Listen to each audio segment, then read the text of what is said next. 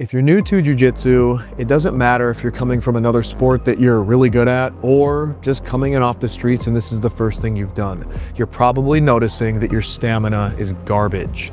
And of course, there's a lot of things at play here, but there's probably one very specific thing that you're doing that's hurting yourself. Not only am I going to cover that and use very easy to remember examples, I'm going to show you how to fix it in a very quick, concise, and simple way. So if that sounds like you're in the right place. Let's dive in.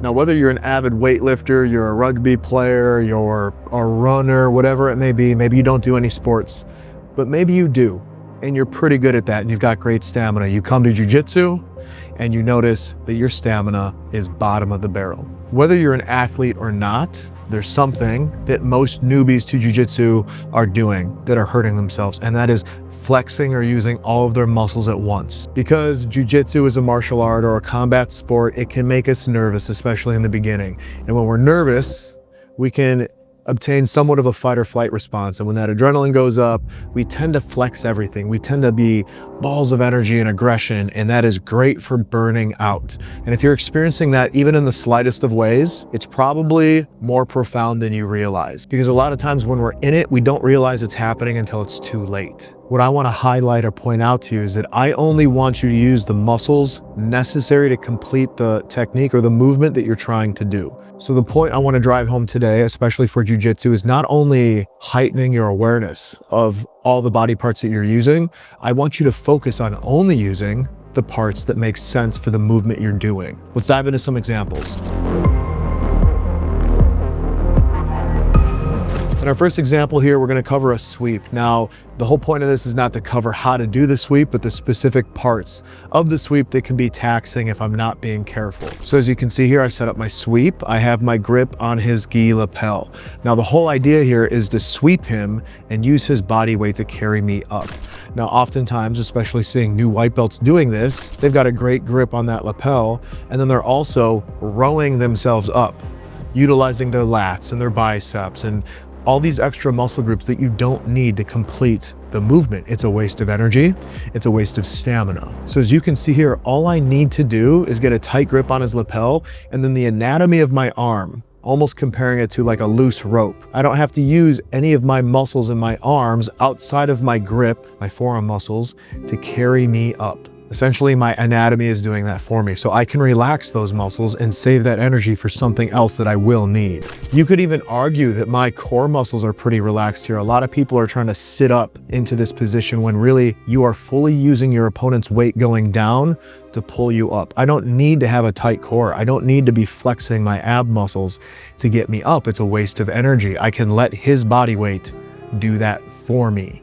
And as you progress through Jiu Jitsu, you're going to see this principle all over the place. We're going to cover 3 more examples, but just know that this is everywhere. And the sooner you become aware of it, the sooner you become better at it. We'll jump into the next example. We're talking knee on belly here. Now, one of the beauties of knee on belly is that my body weight does all the work. The only muscle groups that are really flexed at this point are my quads, which are carrying my weight, and then my back muscles or my posterior chain helping me stay upright. And you could probably argue that a little bit of core is being active too. But to this point, if I really want my knee on belly to be effective, I'm letting my weight travel through my knee that's on his belly into my opponent's body. I don't need a lot of quad flexion in that leg. I know a lot of times we're trying to take care of each other and we're trying to be good training partners. This is a position that you can really drop your weight into the opponent. Unless there's a big size discrepancy, you can drop all your weight into your opponent here, okay? Or your training partner. You will really start to feel that you don't need to carry your own weight with your own muscles. You need your other leg, your post leg, to carry some weight, and you use your back to stay up straight.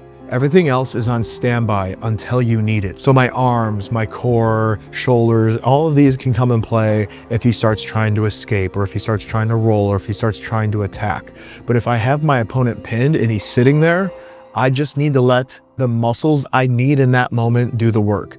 And it's not a lot. It's letting my body weight do the work. I see a lot of people in Neon Billy doing extra movements and they're engaging extra muscles and they're doing extra stuff. And it's a waste of energy. It's a waste of stamina. Really good high-level grapplers are very, very efficient at this. They can activate only the muscles they need in the moments they need them. And you notice that some of these guys, Marcelo Garcia is a great example of this. He doesn't look intimidating. He doesn't have a dominating physique, but he is a master at energy expenditure. He is playing chess, not only with body parts, but his energy expenditure. So this is a way that you can take control of your stamina without having to be some superb athlete and having crazy stamina yourself. You can see as I float around my training partner's body, I'm really only activating the muscles I need. You can tell on my face that I'm relaxed. This is not something that I'm applying a lot of exertion. I'm not utilizing a lot of oxygen in my blood being sent to the muscles to get the activity or the movement done correctly. It's very efficient. And obviously, if you're new, you're not going to be as efficient as you will be in 5 to 10 years. This comes with time. But like I already said, the earlier you learn this principle, the earlier you become aware of it. And the earlier you become aware, the earlier you can improve. Let's talk about our third example, side control. So I'm on top. All I really need to worry about is a few things here, which one would be knee positioning, making sure my south side knee is tied up against his hip so he can't rotate into me for a guard recovery. Next would be chest to chest pressure while not overcommitting my head too far over his shoulder so that he can easily roll me, setting my weight back just enough. And then also closing my arms and hands, creating a circuit around his body, closing that loop. Now we're in this position. I see a lot of new guys squeezing the hell out of this. It's a waste of energy. I could argue that all I really need is a good tight grip. The anatomy of the loop that I created with my arms will do the work, especially if my chest to chest pressure is there.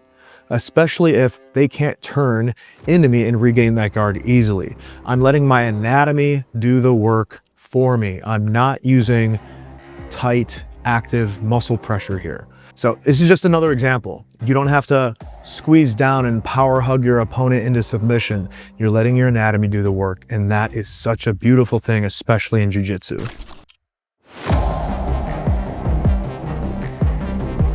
Last but certainly not least, let's talk about finishing a triangle, because a lot of times new guys can get in this position, especially once they start learning it. They can feel overexcited, and I've seen a lot of guys have the positioning down correct, but maybe one or two things is slightly off and they're squeezing with all their might and then they burn out, right? And now they're gassed out. They have to let the triangle go. And next thing you know, their opponent's passing guard or something of that sort. First off, when you're completing any kind of choke, it should be a slow, gradual squeeze. You shouldn't be slamming full intensity right out of the gate. It's a nice, slowly increasing squeeze as time progresses. That way, if it's wrong, you have time to make adjustments along the way instead of blowing out all your energy within the first 3 seconds. Now, as we watch me progress through this positioning and get into the triangle position, you can see that there's a few things that I need. I need dorsiflexion on the foot that's draped across his back. Okay, so essentially I need to pull my toes to my knee. This is one thing that really makes the triangle tight once it's all locked up. The second thing I need is the leg that's wrapping over the foot that's dorsiflexing needs to bite down, almost like a hamstring curl. I'm bringing my foot to my butt. This also makes the triangle very tight. Now, combining all that together, I can squeeze my knees together, and if I have the positioning set up correctly, I don't even need to place my hands on top of his head. He will tap from the pressure and the power of this submission right here. Now, obviously, if you want to throw a little sugar and spice on it, sure, grab the back of the head and pull down. That's fine too. You don't need to expend all your energy on one or even all of these movements. If you're being conscious and aware, you'll notice that your back is relaxed, your lower back, your other leg, the leg that's dorsiflexing, your quads and hamstrings are pretty relaxed. You are relaxed in the areas where you don't need to move. And the areas that do need to move are being active, and they're also just not blowing all their energy all at once. It's a slow, gradual squeeze. Again, this is just one of many examples to help you get this principle stuck in your mind.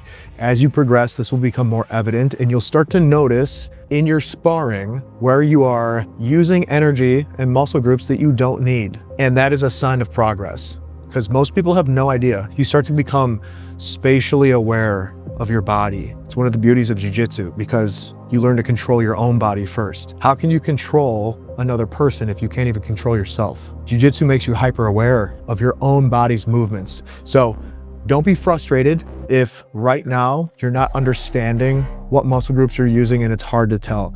As you move through the system, this is something that you can pay attention to and it'll become more evident and you'll become better and you'll improve. And it's really just, it's a fun thing to experience. If this made sense to you guys, if you like the way I teach, I post new videos every Monday. I keep things very simple and concise, and I have a unique ability to stay attached to what it was like to be a confused white belt. For some reason, I can remember in great detail how confusing and frustrating those years were. And I really try to leverage those memories into my content. So if you like what you're seeing here, stick around because I always have more coming. If you guys have any suggestions below, some of you guys have been training for a while, you have suggestions on where you like to relax or where you like to, pour energy, put them in the comments because we all learn from each other, including myself. I'm 10 years in. 1 degree, 1 stripe brown belt. I'm still learning, obviously, and it's one of my favorite parts of Jiu Jitsu. So I always appreciate you guys. You know how we like to end them, sometimes backwards, always forwards. I'll see you in the next one.